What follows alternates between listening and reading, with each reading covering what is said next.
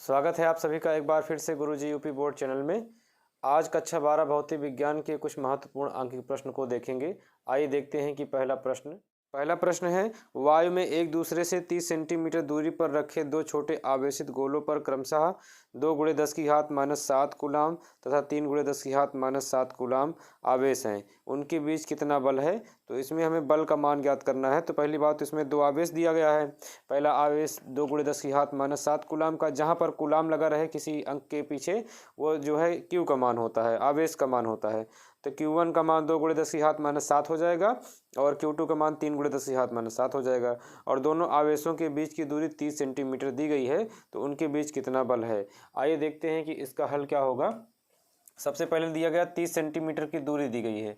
यहाँ पर दिया गया है 30 सेंटीमीटर की दूरी है, तो दूरी को व्यक्त करेंगे R से। R बराबर दिया गया है 30 सेंटीमीटर। अब सेंटीमीटर कभी भी लगा रहे तो उसको मीटर में चेंज करेंगे। तो सेंटीमीटर हटाओ, 10⁻⁻² लगाओ। इसको ऐसे याद कर लीजिए, सेंटीमीटर हटता है तो 10⁻⁻² लगता है। तो R = 30 × 10⁻² मीटर आ गया। इसके बाद दो आवेश दिए गए हैं Q1 का मान 2 × 10⁻⁷ हो गया, और कूलाम आवेश का मात्रक कूलाम दिया ही गया है। और दूसरा Q2 = दिया गया 3 × 10⁻⁷।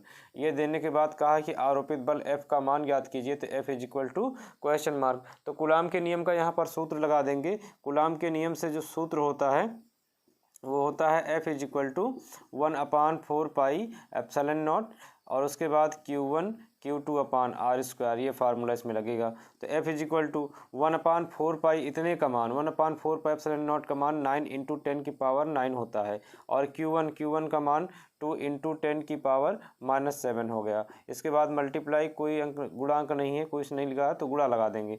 Q2 का मान दिया गया है 3 × 10⁻⁷, और अपमान पूरे का r²। तो r दिया गया है, r को चेंज करके 30 × 10⁻⁻²। तो r का स्क्वायर किया गया है, तो इसका भी r का मान रख करके स्क्वायर कर दिया जाएगा। अब इसके बाद क्या करते हैं, F = पहले अंक लिख लेते हैं 9, फिर अंक में है 2, फिर अंक में है 3, और उसके बाद इंटू 10 की पावर जितनी 10 की घात है उसको इकट्ठा कर लेते हैं। 10⁻9 × 10⁻7 × 10⁻7, दो बार है। पहले 10⁻9 है, फिर 10⁻7, फिर 10⁻7, यानी अंक एक साइड में लिखेंगे, 10 की घात को एक साइड में लिख लिया गया। अब यहाँ पर 30 लिखा है, 30 की घात 2 है, तो इसको भी हम दो बार लिख लेते हैं। तो 30 × 30 हो गया, गुणे 10 की घात, घात में घात का गुणा होता है, तो 2 दूना 4। यहाँ पर 10 की घात -4 हो जाएगी। ध्यान देना, यहाँ पर -2 का स्क्वायर तो +4 होता है, लेकिन केवल इसके लिए माइनस लिखा जाता है। 2 दूना कितना हो जाता है 4। अब इसके बाद इसको हल करना है। तो इसमें देखते हैं, सबसे पहले क्या करते हैं, यहाँ लिखते हैं F = इसका देखिए 3 से 10 में 3⁻30 हो जाएगा, 3 × 9 हो जाएगा, फिर 3⁻30, 3 से 3 कट जाएगा, 2 × 3 बचा, 2 × 3 हो जाएगा 6, गुणे 10 की घात, यहाँ पर 9, 9 में 7 जाएगा 2, 2 में 7 जाएगा -5, तो 10 की घात हो गई -5। 9 में 7 गया, 2 हो गया, 2 में 7 जाएगा -5, क्योंकि गुणा में घातें जुड़ती हैं।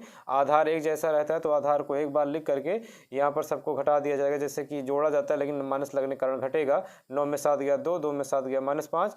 अब यहाँ पर बचा हुआ है 10 × 10, बटे में बचा हुआ 10 × 10, तो 10 × 10 का मतलब है एक घात यहाँ, एक घात यहाँ, 10 की घात 2 हो गई, गुणे 10 की घात, यहाँ पर -4 जैसे लिखा है इसको लिखा रहने दिया। F = 6 × 10⁻⁴ अपान, अब देखिए यहाँ पर भी घात जुड़ जाएगी, तो यहाँ पर 2 है, यहाँ -4 है, 2 में से 4 जाएगा तो -2 हो जाएगा, तो ये आ गया 10⁻²। अब F = यहाँ पर लिखेंगे 6 × 10⁻⁵, -2 है, ऊपर जाएगा। अगर अंश से हर में या हर से अंश में जाता है तो घात का चिन्ह बदल जाता है। घात -2 है तो ऊपर जाएगी तो +2 हो जाएगी, प्लस लिखा नहीं जाता है। F = 6 × 10 की पावर, अब आधार एक जैसा है तो एक बार लिखेंगे -5 + 2, -5 + 2, प्लस में से माइनस को घटा दिया जाएगा, तो 2 में से 5 गया तो -3 आ गया। बल का मात्रक होता है न्यूटन। तो इस तरीके से इसका आंसर 6 × 10⁻³ इसका आंसर आ गया।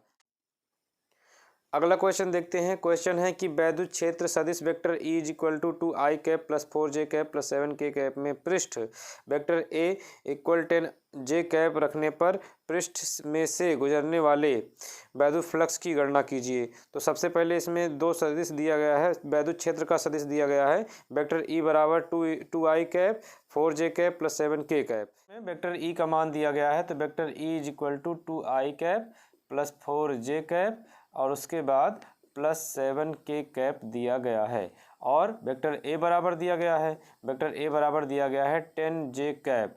अब यहाँ पर फाई ई पूछा गया है, वैद्युत फ्लक्स का मान phi E is equal to question mark. अब यहाँ पर क्या करते हैं, फाई ई का सूत्र देखते हैं क्या होता है। फाई ई बराबर E dot vector E dot A होता है, यहाँ पर ई डॉट ए लिखेंगे तो फाई ई बराबर यहाँ पर ई वेक्टर ई का मान दिया गया है 2i cap plus 4j cap और प्लस 7k कैप और इसके बाद यहाँ पर डॉट लगा है, डॉट लगा दिए, यहाँ पर इसको डॉट बोलेंगे। वेक्टर ए दिया गया है 10j कैप, वेक्टर ए दिया गया है 10j कैप। अब इसका हमको आपस में गुणा करना है, तो गुणा तो इस तरीके से होगा फाई ई बराबर आई कैप नहीं है इधर गुणा में, केवल जे का जे में गुणा करा देंगे तो 4 का 10 में गुणा हो जाएगा, 4 गुणे 10 और उसके बाद जे डॉट जे 4 का 10 में गुणा हो जाएगा, फाई ई 4 का 10 में गुणा 40 हो जाएगा और जे डॉट जे होता है 1, तो यहाँ पर से फाई ई का मान आ जाएगा 40 का 1 में गुणा 40। तो इस तरीके से फाई ई बराबर 40 आ गया, 40 मात्रक इसका आंसर हो जाएगा। अब यहाँ पर बात को समझिए, यहाँ पर गुणा क्या था 2i cap plus 4j cap plus 7k cap, तो मैंने कहा केवल j को j से गुणा कराइए, बाकी सब छोड़ दीजिए। क्यों छोड़ दिया जाए ये भी समझिए, क्योंकि क्वेश्चन फार्मूला होता है i डॉट i रहे, j डॉट j रहे और k डॉट k रहे, k डॉट k रहे, तो इसका मान 1 होता है। अगर i डॉट j रहे या j डॉट k रहे या k डॉट आई रहे तो इसका मान 0 होता है। यानी i के साथ i ही रहे, j के साथ j ही रहे डॉट में और k के साथ k ही रहेगा तो उसका मान 1 होगा, और i के साथ j आ जाए, j यानी कि अलग अलग आ जाए तो उसका जो मान आता है वो 0 होता है। तो अभी हम 2 का 10 में गुणा कराएं तो 20 आएगा, 2 का 10 में गुणा कराएं 20 आएगा, लेकिन i का j में डॉट कराएंगे तो कितना आएगा, i का j में डॉट कराएंगे 0 आ जाएगा। 4 का 10 में गुणा कराए 40, j का j में डॉट करा दिए, इस तरीके से 1 आ गया, क्योंकि बराबर रहेगा तो 1 आएगा। अब 7 का 10 में गुणा कराए तो 70 आ गया, लेकिन k का डॉट j में कराएंगे तो 0 आ जाएगा, क्योंकि अलग अलग आता है तो उसका मान 0 होता है। तो इसलिए इस तरह के अगर क्वेश्चन आते हैं तो बराबर राशियों को बराबर राशियों के साथ ही गुणा करिए, यानी आई कैप रहे इधर, आई कैप इधर, आई कैप के गुणांक को गुणा कर लीजिए, बाकी सब 0 हो जाएगा। तो इस तरीके से इसका हल होता है। आइए देखते हैं आगे का प्रश्न। अगला प्रश्न है, एक चालक को 100 वोल्ट से आवेशित करने पर वह 2 माइक्रो कूलाम आवेश ग्रहण करता है, चालक की धारिता ज्ञात कीजिए। 100 वोल्ट से आवेशित करने पर 2 माइक्रो कूलाम का आवेश ग्रहण करता है। 100 वोल्ट दिया गया है तो B बराबर हो गया 100 वोल्ट, और 2 माइक्रो कूलाम का आवेश ग्रहण करता है तो Q बराबर हो गया 2 माइक्रो कूलाम। बहुत ही सरल प्रश्न है, 2 माइक्रो कूलाम। अब Q बराबर माइक्रो लगा रहता है तो माइक्रो हटाने के लिए 10 की घात -6 आता है, माइक्रो हटाओ 10 की पावर -6 लगाओ। अब इसके बाद माइक्रो कूलाम से ये हो जाएगा कूलाम। इसमें पूछा गया धारिता C का मान, तो C बराबर हो गया क्वेश्चन मार्क। फार्मूला होता है इसका C का निकालने का सूत्र होता है C बराबर Q अपान V। तो C बराबर Q का मान दिया गया है 2 × 10 की पावर -6 अपान V का मान दिया गया 100 वोल्ट। अब ये हो जाएगा 2 × 10 की पावर -6 अपान 100 को लिख सकते हैं 10 की पावर +2, 10 × 10 बराबर 100 होता है। तो इस तरीके से 100 को 10 की घात 2 लिख देंगे, तो C = 2 × 10 की पावर -6 और इंटू 10 की पावर +2 ऊपर जाएगा तो -2 हो जाएगा। इस तरीके से C = 2 × 10 की पावर -6 -2 ये हो जाएगा -8। धारिता का मात्रक होता है फैरड, धारिता का मात्रक होगा फैरड। तो इस तरीके से इसका आंसर आ गया C = 2 × 10 की पावर -8। आइए देखते हैं अगला प्रश्न। अगला प्रश्न है 100 पिको फैरड का संधारित्र 100 वोल्ट तक आवेशित किया जाता है, संधारित्र पर संचित आवेश ज्ञात कीजिए। यहाँ पर दिया गया पिको फैरड, इसका मतलब है फैरड जिसमें लगा रहा है वो सी का मान होता है। 100 पिको फैरड का संधारित्र 100 वोल्ट तक आवेशित किया गया, संधारित्र पर संचित आवेश का मान ज्ञात कीजिए। तो सबसे पहले 100 पिको फैरड है, तो यहाँ पर लिखेंगे 100 पिको फैरड, 100 पिको फैरड। अब यहाँ पर ये C का मान हो गया, C बराबर 100 और पिको हटाने के लिए लगता है 10⁻⁻12 और ये हो जाएगा फैरड में। 100 पिको फैरड से हो गया 100 × 10⁻⁻12 फैरड, ये C का मान आ गया। 100 वोल्ट तक इसको दिया गया विभव, तो B बराबर हो गया 100 वोल्ट। और इसमें इसके बाद कहा गया है कि इस पर आवेश का मान ज्ञात कीजिए, Q का बराबर क्वेश्चन मार्क। तो Q बराबर होता है CV, Q बराबर CV, फार्मूला है संचित आवेश ज्ञात करना है इसका, तो Q = C का मान दिया गया है 100 × 10⁻⁻12 और उसके बाद V का मान भी दिया गया 100। अब इसके बाद Q = 100 को लिख सकते हैं 10⁻2, इस 100 को भी लिख सकते हैं 10⁻2 और उसके बाद 10⁻12 वैसे लिखा रहेगा। तो Q = 10⁻2 + 2 4, 4 में से 12 जाएगा तो -8 और आवेश का जो मात्रक होता है वो कूलाम होता है।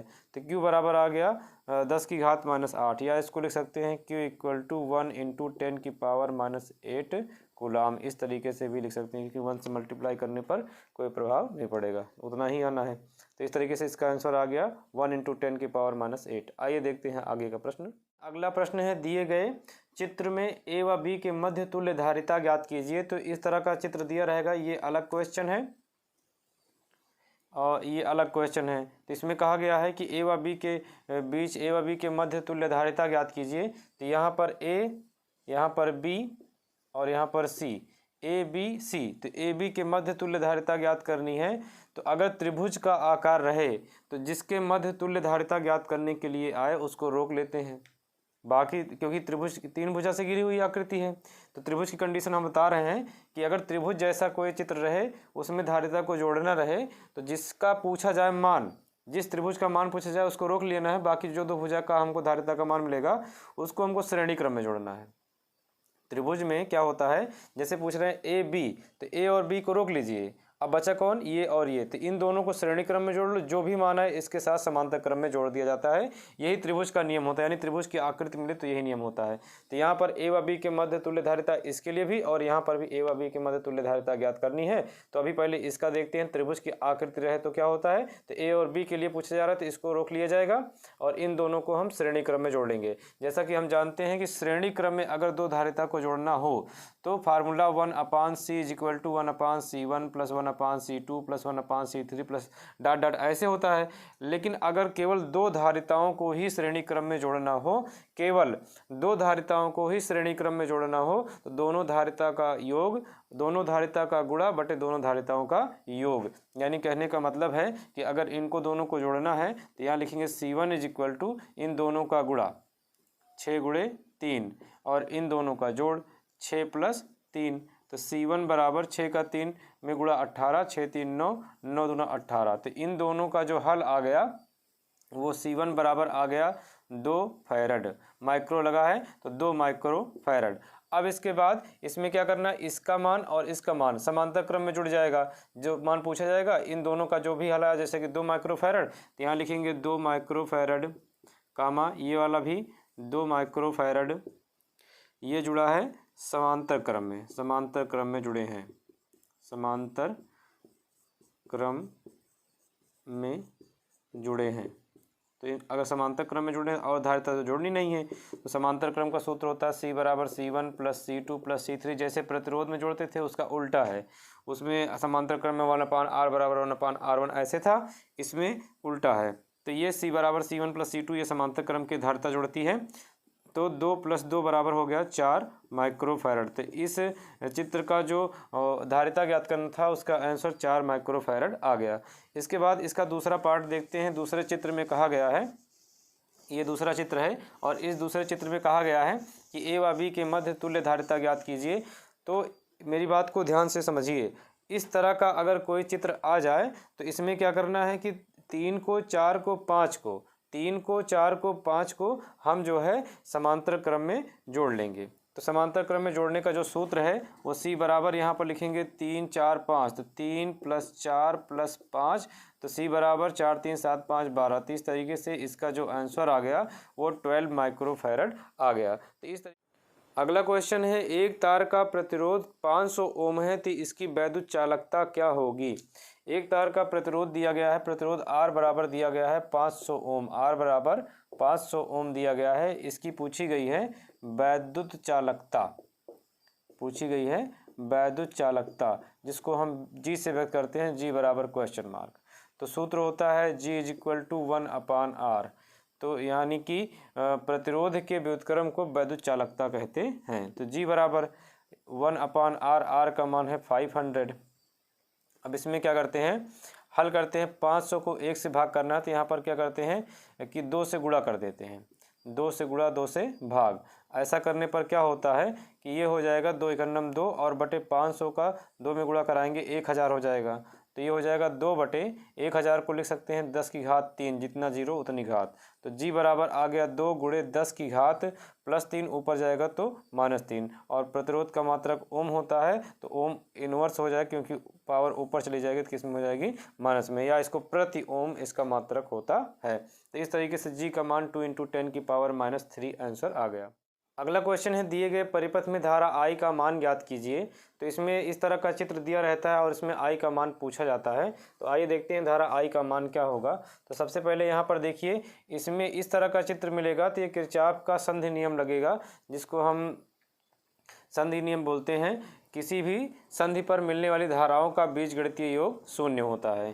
तो ये संधि नियम पर आधारित है। तो ये एक संधि है, यहीं पर सभी धाराएं आपस में आकर मिल रही हैं। तो जो धाराएं मिल रही हैं इस संधि पर उसको प्लस में लिखा जाएगा, और जो धाराएं बाहर जा रहे हैं उनको हम माइनस में लिखेंगे। तो इस तरीके से यहाँ देखते हैं, शुरुआत यहाँ से करते हैं, जैसे 4 से शुरू करते हैं, पहली लाइन 4 है तो ये संधि पर मिल रही है, यहाँ लिखेंगे 4। उसके बाद ये 3 है, ये भी मिल रही है 3, ये 2 है, ये भी मिल रही है 2, ये बाहर क्यों निकल रही है तो -I का मान निकालना भी है। ये भी बाहर निकल रही है तो -7, ये भी बाहर निकल रही है तो -1, और बराबर कितना हो जाएगा 0। ये इतना संधि के नियम से लिखा जाता है कि संधि पर प्रवेश कर रही है तो जितनी भी लाइनें इस संधि से मिल रही हैं उनको हमने प्लस में लिखा है, जितनी भी लाइनें बाहर निकल रही हैं उनको माइनस में लिखा। I माइनस में, 7 माइनस में, 1 माइनस में। अब क्या करेंगे, 4 3 7, 7 और 2 9, प्लस में रहेगा -I, 7 और 1 -7 -1 -8 हो जाएगा, बराबर आ जाएगा 0। यहाँ पर लिखेंगे -I, या एक काम करते हैं, 9 में से 8 जाएगा, 9 में से 8 जाएगा तो 1 आएगा, और -I बराबर 0 आ गया। तो -I बराबर +1 इधर जाएगा तो ये -1 आ जाएगा, माइनस से माइनस कट गया तो I बराबर यहाँ पर 1 एम्पियर इसका आंसर आ जाएगा। तो इस तरीके से इस चित्र का मान 1 एम्पियर आ गया। अगला क्वेश्चन देखते हैं। अगला क्वेश्चन है, 10 सेंटीमीटर त्रिज्या के एक वृत्ताकार लूप में 5.0 एम्पियर की धारा बह रही है। लूप के केंद्र पर उत्पन्न चुंबकीय क्षेत्र की गणना कीजिए। ब्रैकेट में दिया गया है μ0 = 4 पाई × 10⁻⁷ न्यूटन प्रति मीटर स्क्वायर। तो इसमें सबसे पहले त्रिज्या दी गई है जो कि 10 सेंटीमीटर है, और धारा का मान दिया गया है जो कि 5 एम्पियर दिया गया है, और ब्रैकेट में μ0 का मान भी दे दिया गया है, और पूछा गया है कि लूप के केंद्र पर उत्पन्न चुंबकीय क्षेत्र की गणना कीजिए। तो लूप के केंद्र पर उत्पन्न चुंबकीय क्षेत्र का मान ज्ञात करना है। इसमें त्रिज्या दी गई है 10 सेंटीमीटर की, और 5 एम्पियर की धारा प्रवाहित हो रही है। तो सबसे पहले त्रिज्या R बराबर दिया गया है 10 सेंटीमीटर, जिसको हम मीटर में चेंज करेंगे तो 10 × 10⁻2 मीटर हो जाएगा। सेंटीमीटर हटाओ, 10⁻2 लगाओ, तो ये हो जाएगा 10 की पावर, यहाँ 1 है, यहाँ -2 है तो 1 में से 2 जाएगा तो -1 मीटर, ये त्रिज्या हो गई। और धारा का मान I बराबर दिया गया है 5 एम्पियर। μ0 का मान दिया गया है ब्रैकेट के अंदर, μ0 = 4 पाई × 10⁻⁷ न्यूटन प्रति एम्पियर स्क्वायर, ये दिया गया है। और हमसे कहा गया है कि लूप के केंद्र पर चुंबकीय क्षेत्र का मान ज्ञात कीजिए। लूप के केंद्र पर चुंबकीय क्षेत्र का मान ज्ञात कीजिए। चुंबकीय क्षेत्र B बराबर क्वेश्चन मार्क, चुंबकीय क्षेत्र को व्यक्त करेंगे B से, और सूत्र होगा B बराबर म्यू नॉट, अगर फेरों की संख्या n रहे तो n, नहीं तो म्यू नॉट I/2r का प्रयोग करेंगे। तो म्यू नॉट का जो मान है वो 4 पाई × 10⁻⁻7 है, और I का मान दिया गया है 5 एम्पियर, और उसके बाद 2, उसके बाद फिर r का जो मान है वो 10⁻⁻1 है। अब B = यहाँ से इसको इससे काट देंगे, तो यहाँ 2 दूना 4, 2 बचेगा। अब 2 और 5, 2 गुणे यहाँ पर बचा 5, और गुणे बचा पाई, और गुणे 10⁻⁻7 बचा। 10⁻⁻1 है, ऊपर जाएगा तो ये +1 हो जाएगा। B बराबर 2 × 5, ये हो जाएगा 10, और गुणे पाई का मान 3.14, और गुणे 10⁻⁻7, और यहाँ पर गुणे 10 की घात हो जाएगी 1। अब इसके बाद क्या करना है, B इक्वल अब 10⁻1 ये है, 10⁻1 ये। सबसे पहले लिखते हैं अंक को, अंक है 3.14, अंक है 3.14, और उसके बाद गुणा का निशान 10⁻1 10⁻2, ये हो गया 10⁻1 10⁻1 10⁻2, और 2 में 7 जाएगा तो -5 आएगा, तो ये हो गया 10⁻5। 1 1 2, 2 में 7 गया -5, तो B बराबर आ गया 3.14 गुणे 10⁻5, इसका आंसर आ गया। और इसका जो मात्रक होगा न्यूटन प्रति एम्पियर मीटर, मात्रक हो जाएगा 3.14 × 10⁻⁵ न्यूटन प्रति एम्पियर मीटर। आइए देखते हैं अगला प्रश्न। अगला प्रश्न है 1000 फेरों वाली एक कुंडली में 2.5 एम्पियर की दिष्ट धारा प्रवाहित करने पर एक कुंडली से बद्ध चुंबकीय फ्लक्स 1.4 × 10⁻⁻4 वेबर है।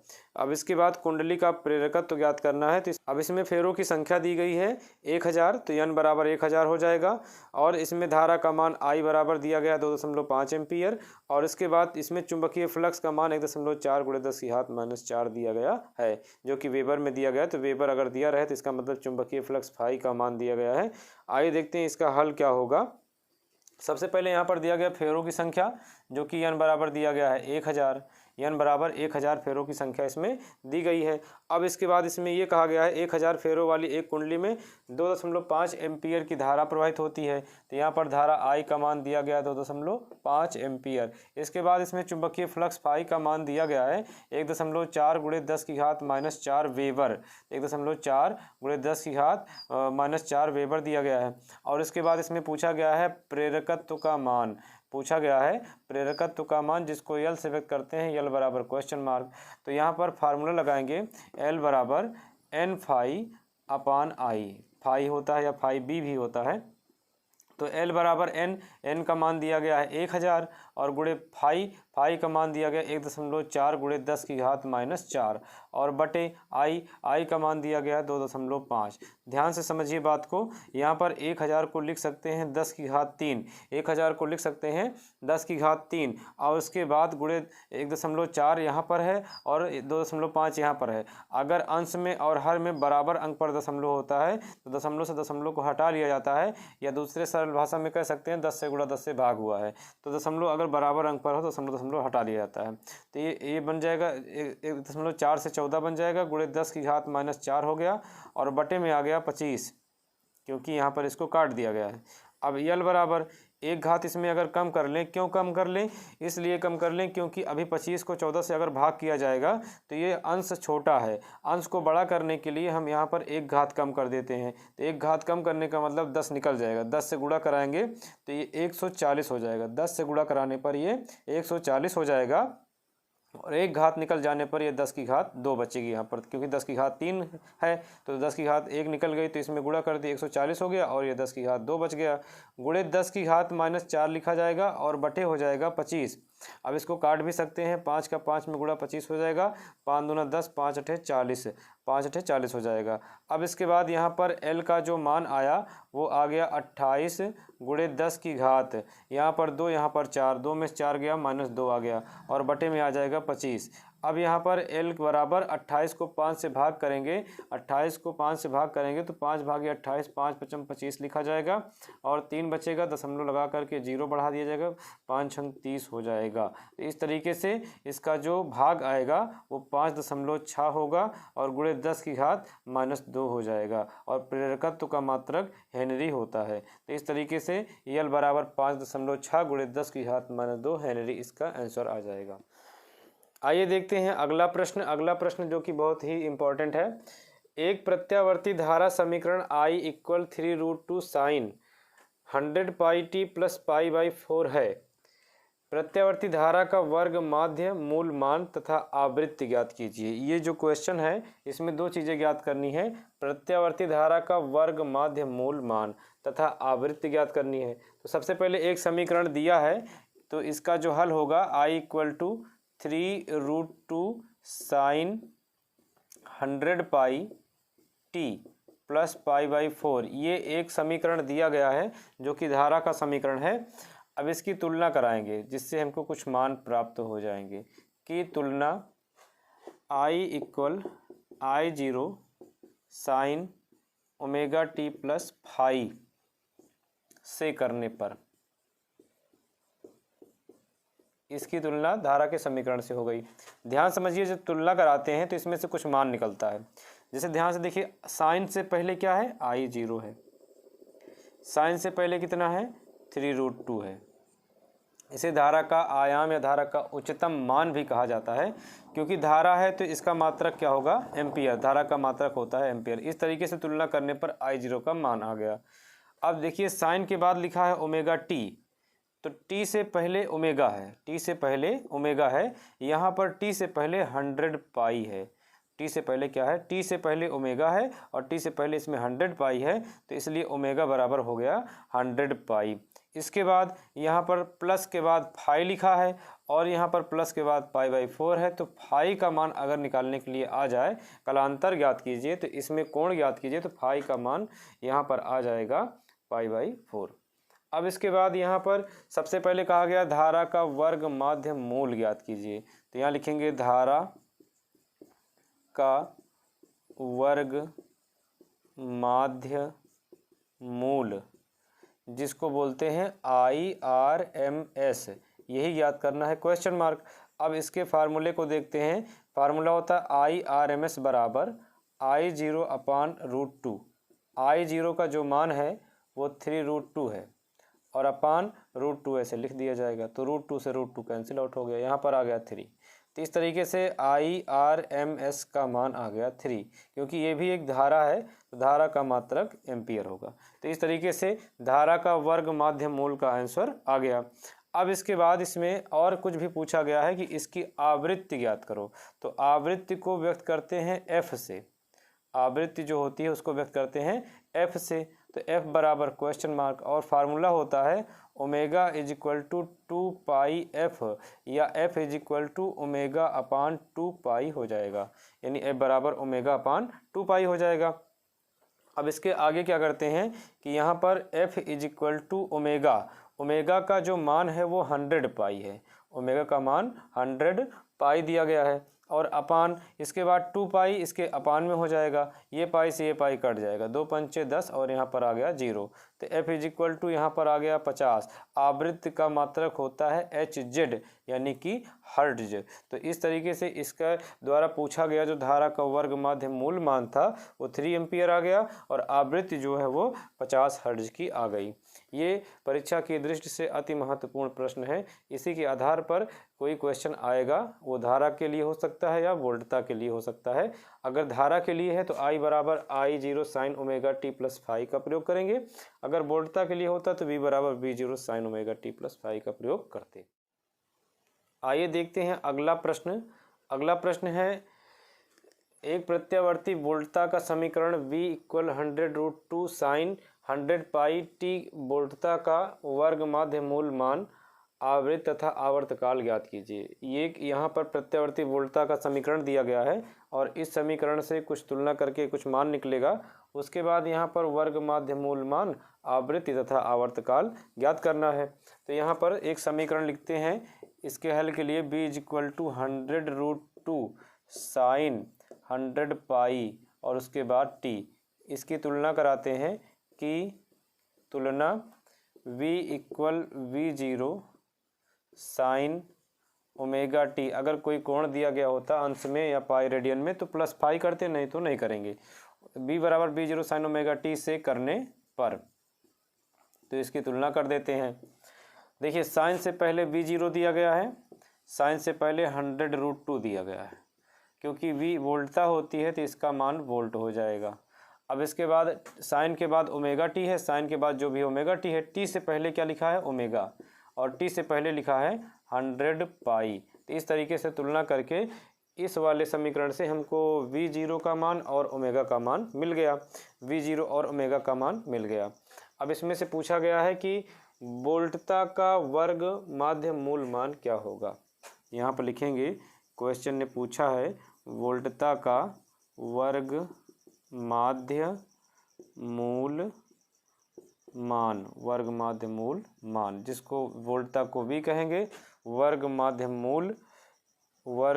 मूल मान को RMS रूट मीन स्क्वायर बोला जाता है, जिसका मान हमको ज्ञात करना है। तो फार्मूला होगा VRMS इक्वल टू V0 अपान √2। तो V0 का मान दिया गया है 100√2 और अपान √2 ऐसे लिखा रहेंगे, इससे इसको काट देंगे। तो यहाँ पर आ गया VRMS इक्वल टू, यहाँ पर बचेगा 100 और इसमें जो मात्रक लगेगा वो वोल्ट होगा। इसके बाद इसमें कहा गया है इसकी आवृत्ति ज्ञात कीजिए। क्या ज्ञात करना है? आवृत्ति ज्ञात करना है। तो आवृत्ति को व्यक्त करते हैं F से। F is equal to question mark. Formula होगा F is equal to omega upon 2 pi. F is equal to omega upon 2 pi. Omega का मान दिया गया है 100 पाई और अपान 2 पाई, ऐसे फार्मूले के आधार पर लिख दिया जाएगा। 2 से काट देंगे, 50 दूना 100 हो जाएगा। तो F बराबर आ गया 50। आवृत्ति का जो मात्रक होता है वो हर्ट्ज होता है। इसके बाद इसमें एक और पूछा गया है कि इसका आवर्तकाल ज्ञात कीजिए। तो आवर्तकाल को व्यक्त करते हैं T से। यहाँ पर लिखेंगे आवर्तकाल T is equal to question mark. तो आवर्तकाल T बराबर सूत्र होता है 1/आवृत्ति, आवृत्ति बराबर 1/आवर्तकाल, आवर्तकाल बराबर 1/आवृत्ति। तो T is equal to 1/f और f का मान निकाला गया 50।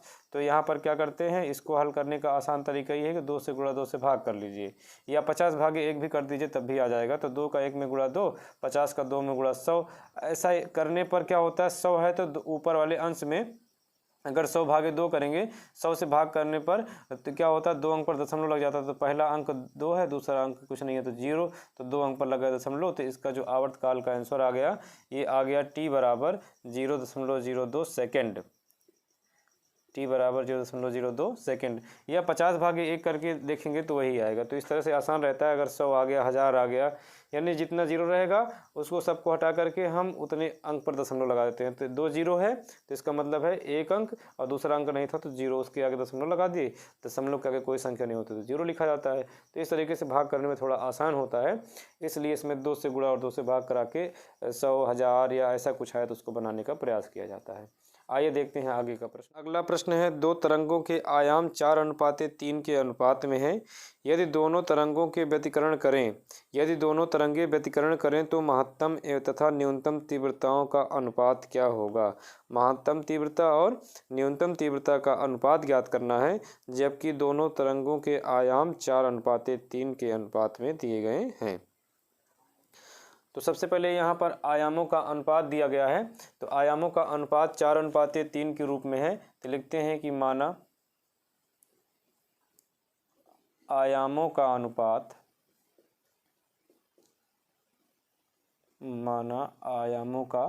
अनुपात A1:A2 बराबर 4:3।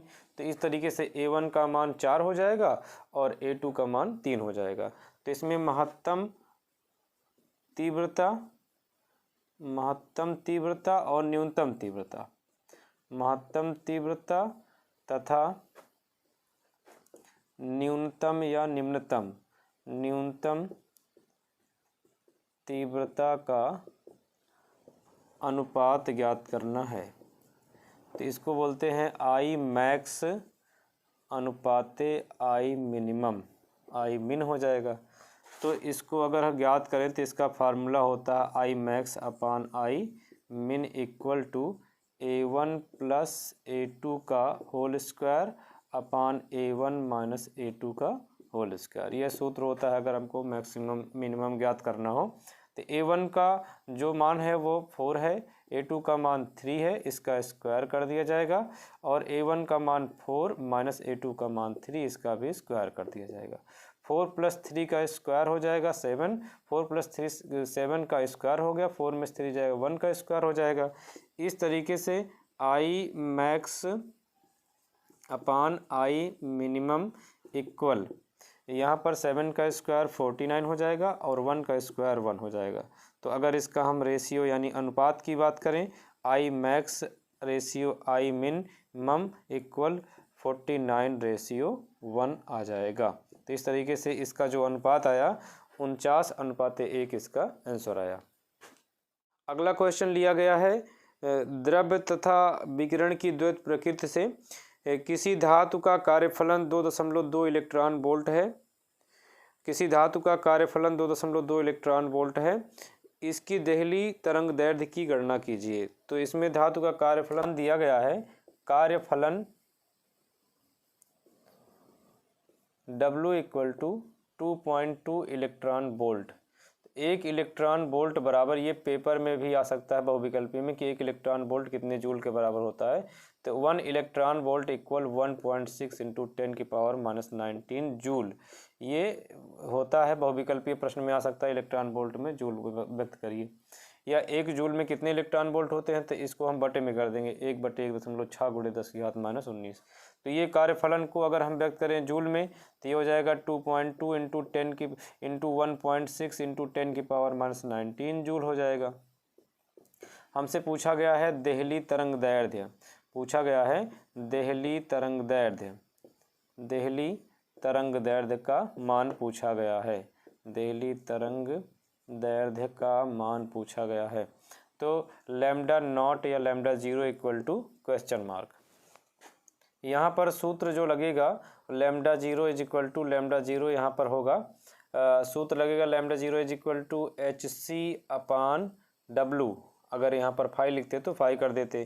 तो lambda 0 is equal to H का मान प्लांक नियतांक 6 कहीं पर 6.67 में लिखा रहता है, 6.6 इंटू 10 की पावर माइनस 34, और C जो है वो प्रकाश की चाल है, प्रकाश की चाल होती है 3 गुणा 10 की घात 8, और बटे W का मान दिया गया है 2.2 इंटू 1.6 इंटू 10 की पावर माइनस 19।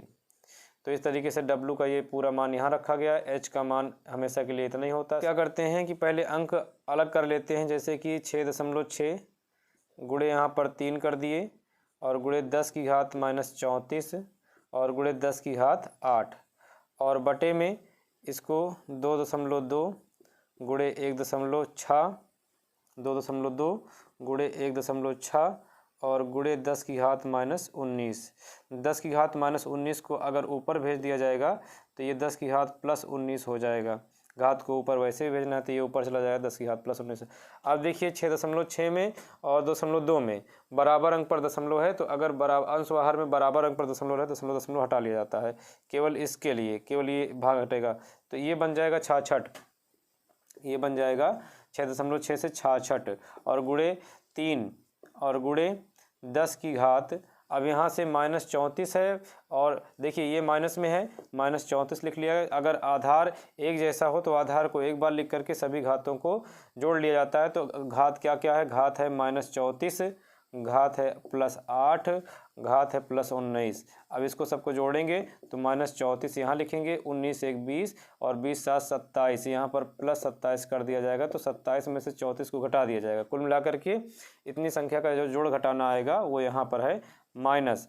अब यहाँ पर 14 में 7 जाएगा, 7 आएगा, और यहाँ बचेगा 2 में से 2 गया 0। तो कुल मिलाकर के घातों को अगर हम जोड़े हैं तो उसकी घात 10 की घात माइनस 7 आ गई है, और बटे ये हो जाएगा 22, और उसके बाद गुणे 1.6, तो 22 3 66 हो गया।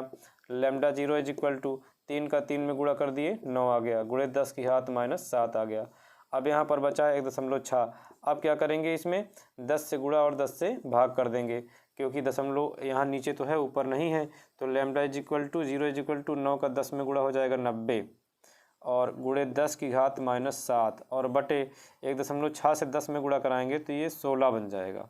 अब इसको काट देते हैं, 2 अठे 16, 2 चौको 8, 2 पंचे 10।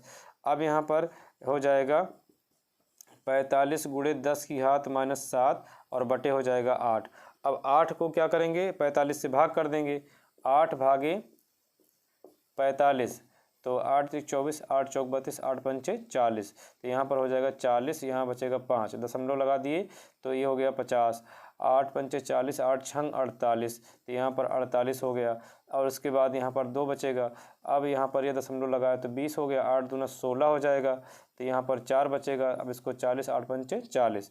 तो लैम्डा 0 इज इक्वल टू 45 का 8 में जो बटा था उसका जो हल है, भाग है, 5.625 आया और गुणे 10 की घात -7। तरंग दैर्ध्य का मात्रक क्या होगा, मीटर। तो इस तरीके से इसका answer lambda 0 is equal to 5.625 × 10⁻⁷ meter answer आ गया।